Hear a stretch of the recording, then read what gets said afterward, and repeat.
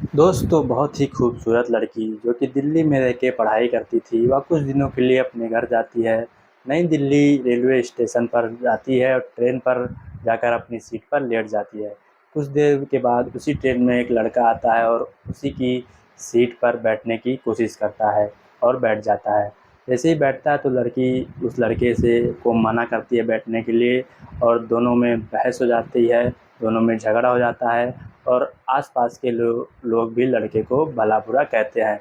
लेकिन लड़का जिद पर अड़ा था और उसी सीट पर बैठ जाता है और लड़की भी उससे हार जाती है और उसे बैठने देती है। उसके बाद जैसे जैसे रात होने लगी, दोनों की परेशानियां बढ़ने लगी, दोनों को लेटने में दिक्कत होने लगी और जैसे जैसे रात बीत गई और जब सुबह हुई तो बहुत कुछ बदल चुका था, बहुत ही कुछ हो चुका था।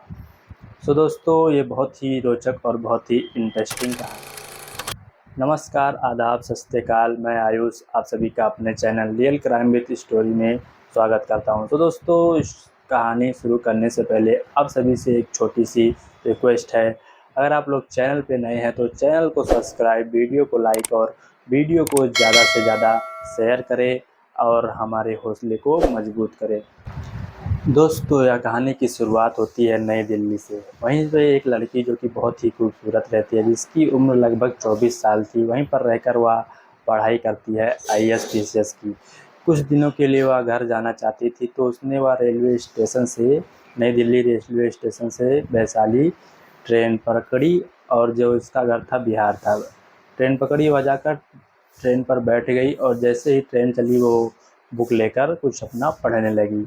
और कुछ देर बाद वहीं से एक भटकता हुआ लड़का, एक प्रकार से कहते हैं, आता है और उसकी सीट पर बैठने की कोशिश करता है और बैठ जाता है। जैसे उसकी सीट पर बैठता है तैसे वो लड़की तुरंत उसको मना कर देती है, कहती है यहाँ कहाँ बैठ रहे हो, मेरी सीट पर क्यों बैठ रहे हो।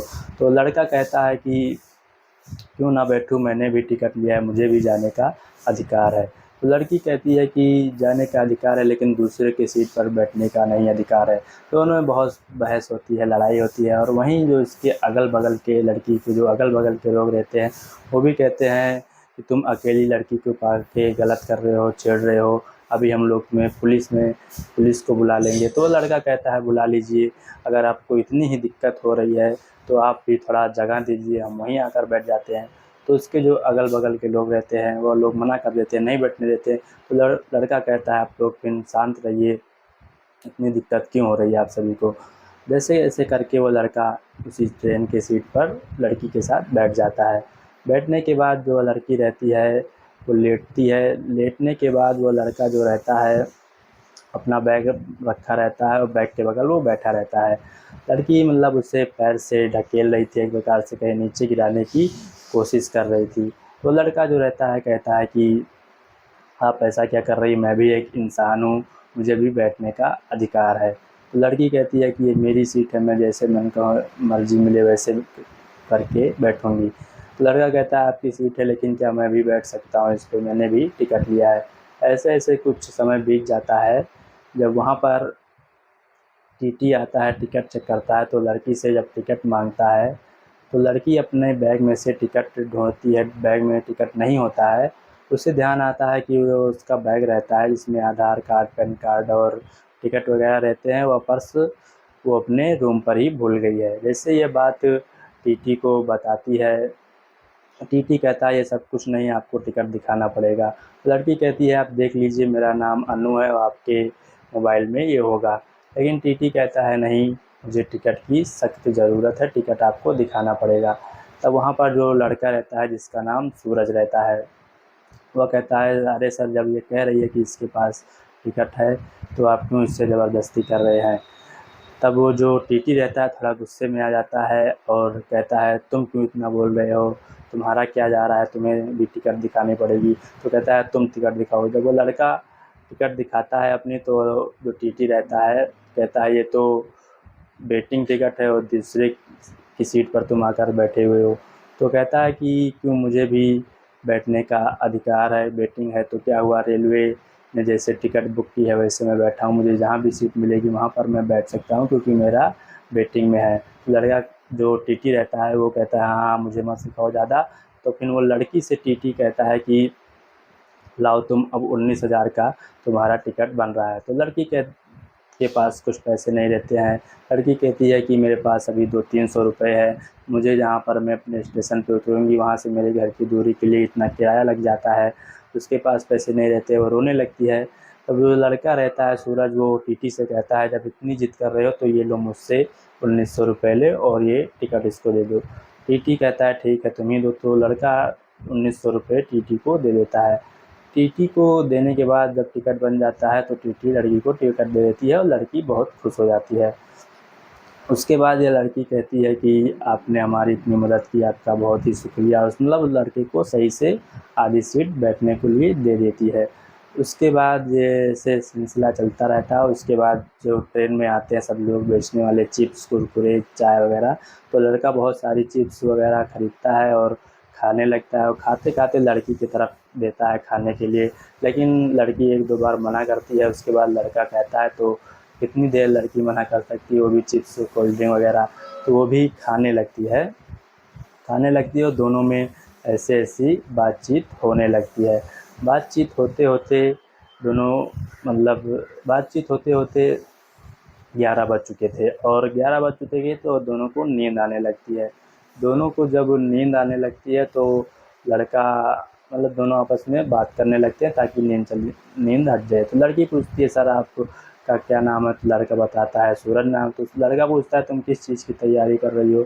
तो वो बताती है कि मैं IAS PCS की तैयारी कर रही हूँ दिल्ली में, मुखर्जी नगर में।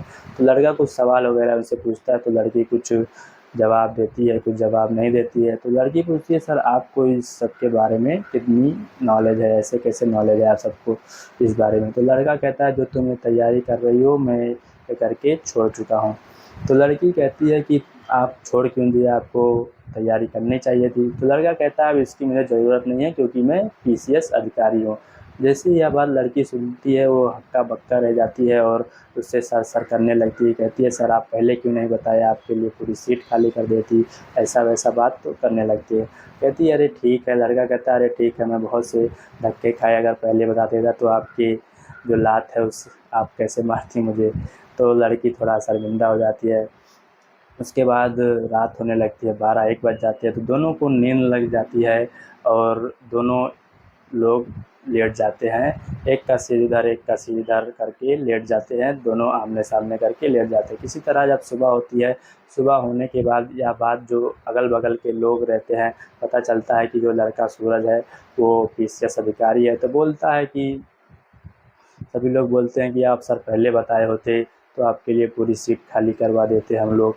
लड़का कहता है कोई बात नहीं, हमें आदत है, पहले जब मैं तैयारी करता था तो बहुत बार जनरल डिब्बे में गया हूँ, बहुत बार वैसे गया हूँ, बहुत लात धक्के खाए हैं और अगर पहले बता देता तो इनकी लात कैसे खाता। तो लड़की फिर हंसने लगी और कहने लगी सर क्या आप वही बार बार वही बात कर रहे हैं। और दोनों ऐसे मतलब सब समय बीत जाता है। जब ट्रेन स्टेशन पर रुकती है तो दोनों का स्टेशन सेम रहता है लेकिन लड़के की ड्यूटी कहीं और लगी रहती है। दोनों स्टेशन पर उतरते हैं, उसके बाद आपस में नंबर ले लेते हैं। नंबर लेने के बाद लड़की अपने घर चली जाती है और लड़का ड्यूटी पर चला जाता है। दोनों में ऐसे ही बातचीत होती रहती है। लड़की कहती है कि अगर मुझे कोई ज़रूरत होगी पढ़ने के लिए आपसे हेल्प लूँगी। तो लड़का कहता है ठीक है कोई बात नहीं, मैं हरदम पर्याप्त रहूँगा। उसके बाद दोनों में ऐसे बातचीत होती रहती है और 2021 में उनकी मुलाकात हुई थी और 2023 तक बातचीत होती रहती है और दोनों की शादी हो जाती है। दोनों की शादी हो जाती है और दोनों बहुत ही खुश और बहुत ही अच्छे हैं। और जो लड़की है अभी आगे की तैयारी कर रही है और लड़का जो है अपनी जॉब कर रहा है। तो दोस्तों यहाँ पर देखने को मिल जाएगा आप सभी को कैसे कभी भी कहीं भी आपको कोई भी मिल सकता है। बहुत से अच्छे लोग भी मिल सकते हैं, बहुत से बुरे लोग भी मिल सकते हैं। यहाँ पर देखने को मिल जाएगा जो ये लड़का था, इनकी जो लड़की थी उसकी मदद की, 1900 रुपये बिना कुछ सोचे समझे टिकट ले ली उसके लिए, उसकी मदद की और लेकिन दोनों में प्यार हो जाता है, दोनों की शादी हो जाती है। तो दोस्तों ये कहानी सुनाने का उद्देश्य हमें किसी को हताश करना नहीं, किसी को डिमोटिवेट नहीं करना है। ये कहानी सुनाने का उद्देश्य हम आपको जागरूक करना है, आपको मोटिवेट करना है। दोस्तों अगर आपको यह कहानी पसंद आई हो तो चैनल को सब्सक्राइब, वीडियो को लाइक और वीडियो को ज़्यादा से ज़्यादा शेयर करें। धन्यवाद।